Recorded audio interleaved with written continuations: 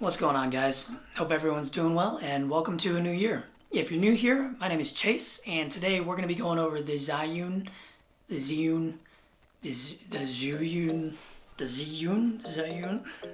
What's that look like to you? Whatever, we're going over the Weebill S today.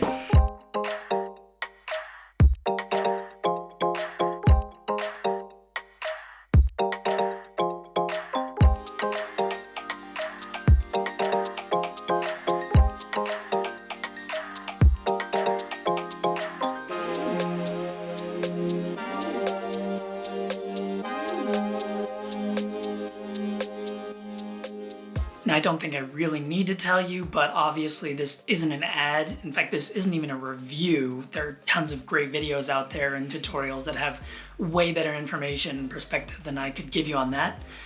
What I want to do today is talk about whether you should get a gimbal as an amateur videographer, which is what I am, very amateur.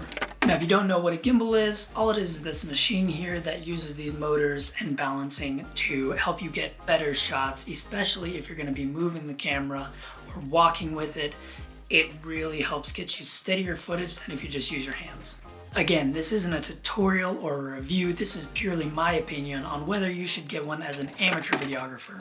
Now, let me start off by saying that I didn't just buy this as a toy to mess around with or anything like that. I want to get into wedding cinematography, and it's one of those tools that I wanted to get my hands on to start getting used to so I wouldn't have a huge learning curve when I actually got there. Now, only time will be able to tell if that was a good choice or not. Second, if you think that this is just going to fix your footage and make your filming look cinematic and smooth, well, it'll help a little bit with the smooth part, but it won't help you with the cinematic look or a lot of other things. And that's one big thing I learned, especially when I was using it. I realized that it was hard to use for run and gun type shots. Unless you're planning out your shots and you know where things are going to be, it's really difficult to control it, especially as an amateur, and getting the shots that you need.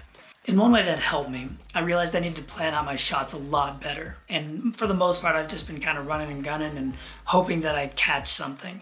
But I need to be able to make sure that I'm getting my camera into position and getting the frame I want to get, especially if I want to move into something professional.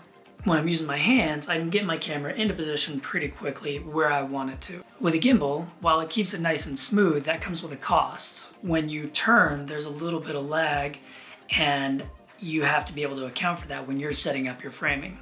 And while I can get some cool shots like this one of my son running into the kitchen to get a present open for him,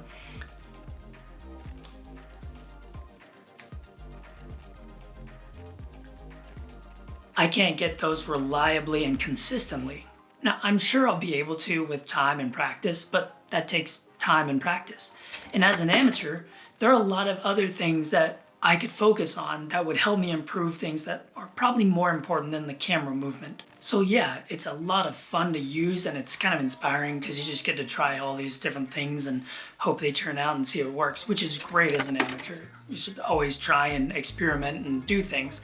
However, there are a lot of other things that I can learn about first, like composition and lighting and all my basic camera features, which I'm doing.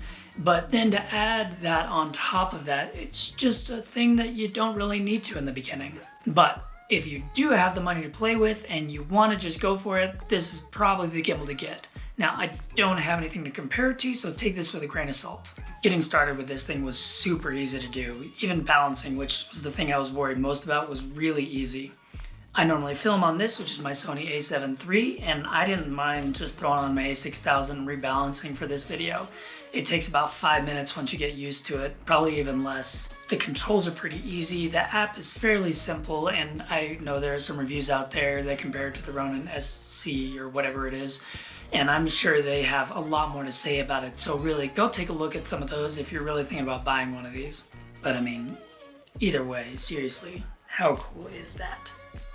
So in summary, do you need to buy a gimbal like the Weebill S as an amateur videographer?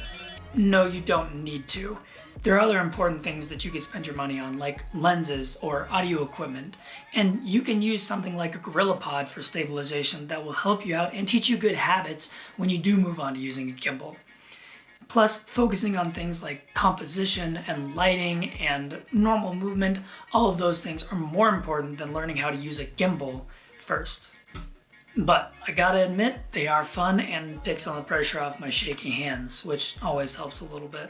Oh, but don't expect to use these things for a time lapse. I didn't realize this, but when you set it up and it looks like it's still, it's not completely still as it's taking shots. There's making minor adjustments and trying to keep things on the horizon, so it came out pretty shaky. Fortunately, Premiere Pro has warp stabilizer and that's able to straighten it out.